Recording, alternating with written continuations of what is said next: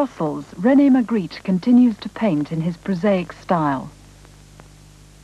The other day, someone asked me what the relationship was between my life and my art.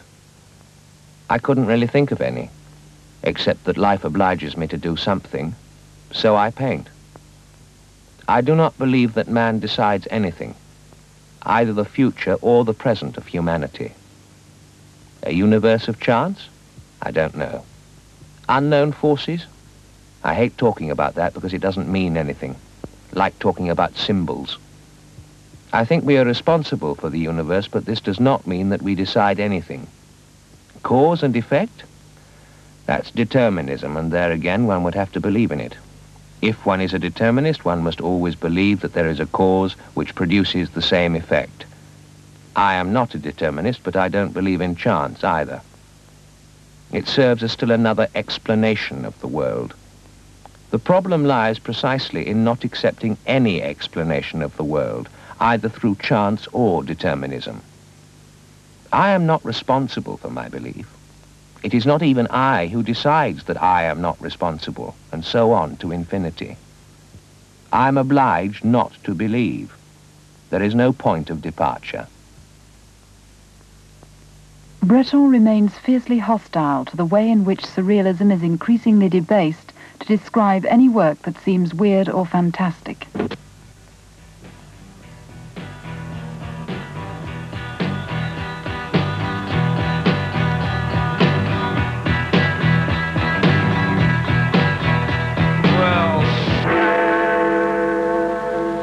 exactly 9 Quasimodos, so over to the newsroom. Pablo Picasso was never called an asshole.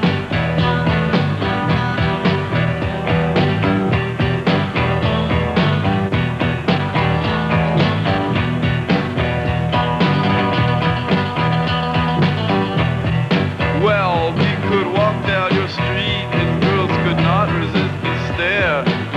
Pablo Picasso never got called an asshole, not like you. So, to Adolf Hitler for... Drei Hundegenieß!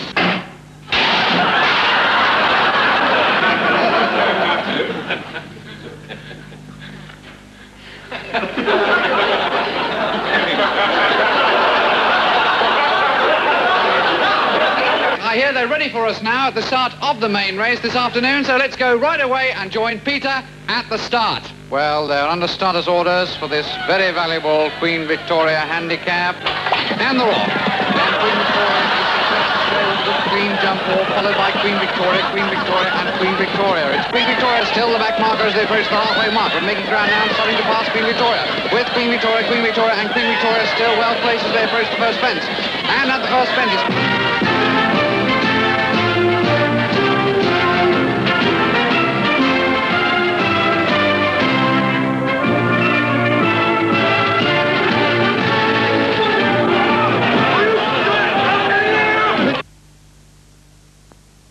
1966.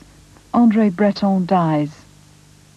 There is every reason to believe that there exists a certain point in the mind at which life and death, real and imaginary, past and future, communicable and incommunicable, high and low, cease to be perceived in terms of contradiction.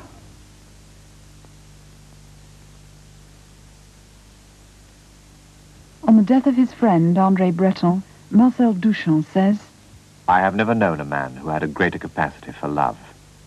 Breton loved like a heart beats, and you cannot understand anything about his hatreds if you don't realize he acted in this way to protect his love for life, for the marvelous in life. He was the lover of love in a world that believes in prostitution.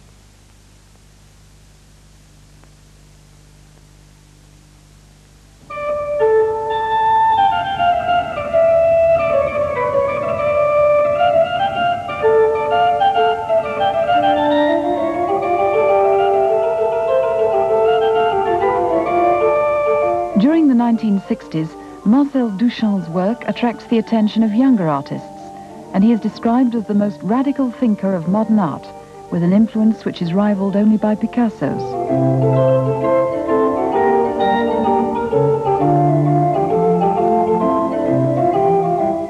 major retrospective exhibitions of Duchamp's work are organized.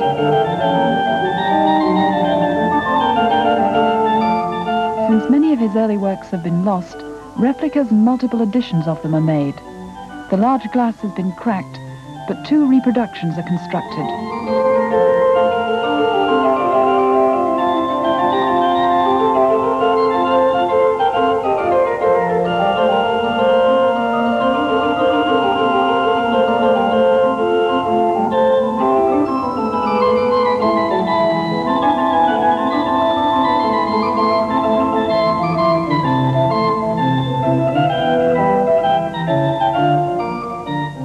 What you were also attempting to do, as I understand it, was to devalue the art as an object, simply by saying, if I say it's a work of art, that makes it a work of art. Yeah, but the word work of art, you see, is not so important for me.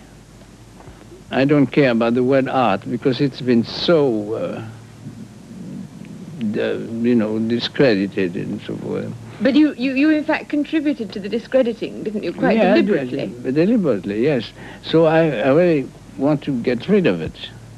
Because the way many people today have done away with religion. There's a sort of, I don't know, but this is a difficult position because I've been in it all the time and still want to get rid of it, you see? And I cannot explain everything I do because I do things or people do things and don't know why they do it, you know? You see, the anti-art movement of Dada, in fact, was proved to be in the interest of art because it regenerated and revived and freshened people's attitude to it. Yes, sure. Do you, in fact, anticipate that your own contribution, when the final reckoning comes, will have, in fact, contributed to something called art? I did, in spite of myself, if you wish to say, but I'm sorry. In other words, I would like, but at the same time, if I did, or I had done it, I would completely have been not even noticed, or people would haven't said anything. All right, there are probably 100 people like that who have given up art and condemned it and proved to themselves that it isn't necessary, no more than religion and so forth. And who cares for them? Nobody is. But in terms of the activities of the Dada group, other than painting, the sort of happenings that they devise are in fact happening again. They are called happenings today. Yeah. Do you ever see or engage in these, or the point that they've brought out so well, an interesting one, is they play for you a play of boredom. It has been. I'm not discovering that, but it's very interesting to have used boredom as a name, aim to attract the public. In other words, the public comes to a happening not to be amused, to be bored. And that's quite an invention, quite a contribution to new ideas, isn't it? When you set out to challenge all the established values, your means was shock. You shocked the cubists, you shocked the public, you shocked the buying public. Yes. Do you think the public can be shocked anymore by anything it sees? Finish. That's over. You cannot shock the public.